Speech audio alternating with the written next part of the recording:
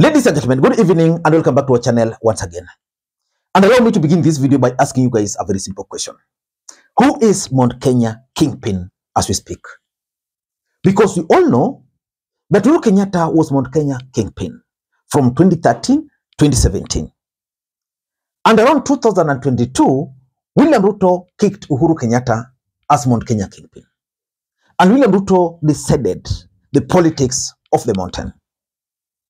Then after the last election, Rigathi Gachagua, by virtue of being the second in command and the senior most political leader from the mountain, started pursuing the ambition of becoming Mount Kenya Kingpin. And at that time, I remember one man, Jeremiah Kioni, was still very clear that Uhuru Kenyatta was still Mount Kenya Kingpin. And I remember on this platform opining severally that if there was one thing that William Ruto was never going to allow was any other person to emerge as Mount Kenya Kingpin. In fact, I always attribute the fallout between William Ruto and Rigathi Gachagua to Rigathi Gachagua's ambition of becoming Mount Kenya Kingpin. Because William Ruto wanted a situation where he would go directly to the mountain. But Rigathi Gachagua was now there trying to position himself as Mount Kenya Kingpin. So yesterday, something funny happened. Rigathi Gachagua was on Citizen TV, where he was interviewed by some Gituku. Sometime I really feel very bad that I was so brutal on a man who was my great friend, my confidant, my brother, my kinsman. I was so brutal on him. And his crime was only one, saying Raila is a good man. And then the man I said, we don't want Raila Odinga, we want William Ruto. Then he comes and says the same thing. I felt very stupid, In fact, another day, a very senior person abused me at the airport and called me stupid 5 times. And I looked at it, I was very bitter, but I looked at it later at night, and I thought probably he was right. I think I was stupid to fight my own brother, my kinsman, my confidant. Rigathi Gachagua revealed a lot of things. And from the tone, from the body language, and even from his facial expression, it became very clear that Rigathi Gachagua is actually a frustrated man. He feels betrayed. But I'm a very, very, very principled man. I stood with him to the last man. I never expected this to happen. My family is devastated. That this can be happening to their father. A man who went out of his way to start with President William Ruto and make sure he's elected president, and took the flag for it. And I say, even if there is a jinx around this position, at least President William Ruto was allowed to do his work for 5 years, without interruption, without harassment, for 5 years. I've only done 1 year. And what is happening to me is worse than what happened to President William Ruto. I asked President William Ruto, please allow me to work. Allow me to work for the remaining 3 years. Let me serve the people of Kenya. But what shocked Kenyans was the fact that Rigathi Gachagua declared Uhuru Kenyatta as Mount Kenya Kingpin.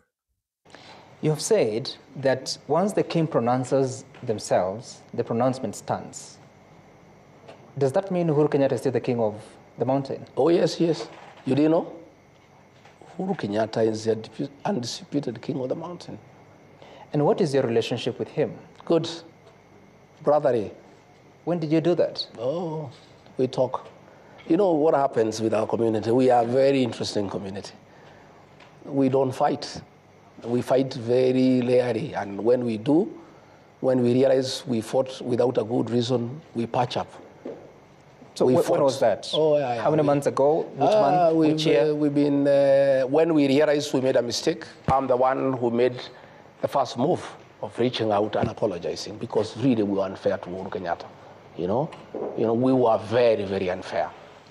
Sometime I really feel very bad that I was so brutal on a man who was my great friend, my confidant, my brother, my kinsman. I was so brutal on him. And his crime was only one, saying Raila is a good man. And then... And just like I keep on telling you on this platform, in politics, nothing happens out of mere coincidence. Everything in politics is normally well planned, well scripted, and executed to achieve a specific political objective. Nothing in politics just happens for the sake of it. In this video, I want to reveal to you guys why Rigathi Gachagua declared Uhuru Kenyatta as the kingpin of the mountain. But before you do that, for those who are watching this channel for the first time, please take a second or two, click the subscribe button so that next time we produce a video like this, YouTube will automatically notify you. And to the subscribers, I want to continue thanking you guys for your continued support. Because without that support, this channel cannot be where it is. Ladies and gentlemen, without any further ado, allow me to dive in. But again, before I dive in, allow me to also take this opportunity to introduce you guys to LemFi. LemFi is a mobile money app for users in the UK, Canada, and the United States of America to send money back to Kenya. They offer the best exchange rates, and the money will be delivered instantly into your M-Pesa account, Airtel Money account, and of course, if you want, directly into your bank account. For example, if you are abroad and you want to deposit money into your local bank account here, you can use LemFi. You can use the link in the pinned comment to download the app. Ladies and gentlemen, let us dive in. Now, let us go back to that question again. And I want to read your answer. Who is Mount Kenya Kingpin? Is it William Ruto? Is it Rigathi Gachagua? Is it Professor Kithure Kindiki? Because of course, last week, you saw William Ruto trying to impose Professor Kithure Kindiki as Mount Kenya Kingpin. And a lot of political activities are now happening in the mountain in favor of Professor Kithure Kindiki. Today, I've seen women wearing laces declaring Professor Kithure Kindiki as Mount Kenya Kingpin. And the other question I wanted to ask, why do you think Rigathi Gachagua has now decided that I'm no longer the kingpin? That the kingpin is not me, the kingpin is Uhuru Kenyatta. For me, that statement by Rigathi Gachagua is intended for the following. Number one, Rigathi Gachagua and Uhuru Kenyatta are likely to work together in 2027. And that's why Rigathi Gachagua is accepting that Uhuru Kenyatta is the kingpin. Remember, William Ruto did something which was unthinkable. He separated Rigathi Gachagua from Uhuru Kenyatta. Rigathi was Uhuru Kenyatta's personal assistant for a very long time. Whatever Rigathi Gachagua has, politically speaking, can be attributed to Uhuru Kenyatta. Of course, he was a DO, worked with Moi, but they had a bond with Uhuru Kenyatta, which was so strong. And that's why it was easy for Rigathi Gachagua to become a member of parliament. But despite that, Ruto still persuaded him, and at the end of the day, Rigathi Gachagua is the deputy president. But the fallout was expected. So Rigathi is trying just to tell Kenyans that, you know, we fell out, but I think I still owe the guy some respect. Probably is still our kingpin, and therefore is going to guide us politically speaking. So for me, that's what I'm getting, that Rigathi and Uhuru are likely to team up. Remember, Uhuru Kenyatta is going to revenge against Ruto. He's going to do that. The enemy of your enemy becomes your friend. So the enemy of Ruto is Rigathi, another enemy of Ruto is Uhuru. So it means they are likely to team up. That's why he's starting to prepare their supporters. Number three, I've always opined here that Rigathi Gachagua is not Uhuru Kenyatta. William Ruto outsmarted Uhuru Kenyatta, but he might not succeed in outsmarting Rigathi Gachagua. Because Rigathi Gachagua is a very cunning politician. When he speaks like someone who doesn't know what he's doing. When he makes moves that suggest that he's not very sure. But can you tell me any single political move Rigathi Gachagua has made that has backfired? He's a very strategic politician. So in my view, Rigathi Gachagua is just trying to thwart Ruto's plan of imposing Kindiki as Mount Kenya Kingpin. The thing is, the intention of William Ruto elevating Kindiki was simple: to tame Rigathi. Because Rigathi was now emerging as the face of the mountain, the Kingpin. So you have Kindiki here, you have Rigathi here, you bring Kindiki to his level. Then what does now Rigathi does? Rigathi decides to declare that I'm not the Kingpin. The Kingpin is that other guy. So which means now for Ruto to succeed, he must then now start elevating Kindiki to the level of Uhuru. So that's number one. That's number two. Number three, I also tend to think that Rigathi Gachagua is just apologizing to the Kikuyu nation for defying Uhuru Kenyatta. There are so many things Uhuru Kenyatta told these guys about Ruto. They could not listen.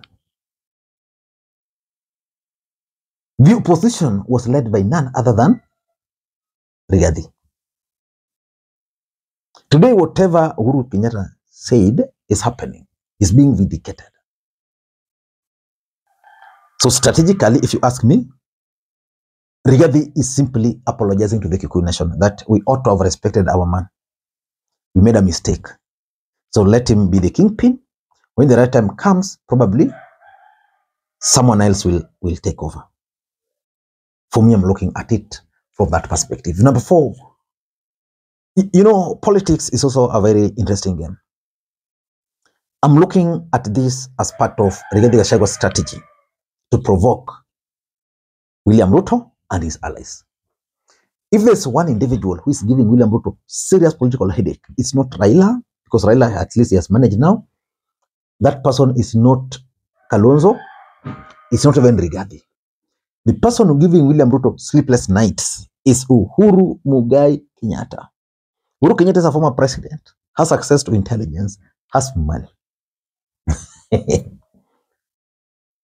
He was defeated in the mountain. William Ruto decided to take control of his party. Then Rigathi is now supporting him. Rigathi is provoking Ruto. He knows where Ruto's problem lies.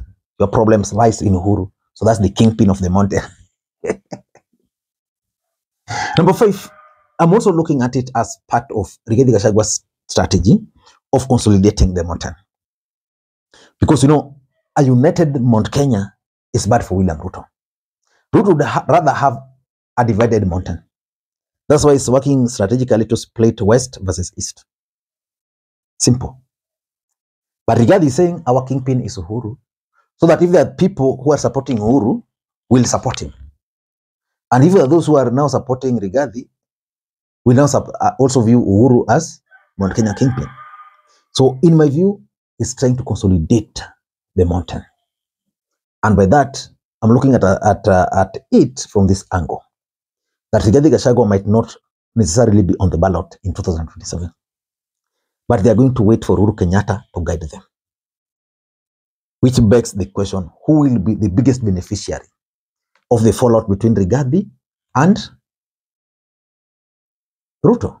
For me, the biggest beneficiary is going to be Stephen Kalonzo Musyoka and maybe Babu Owino. But let us wait and see how things are going to unfold.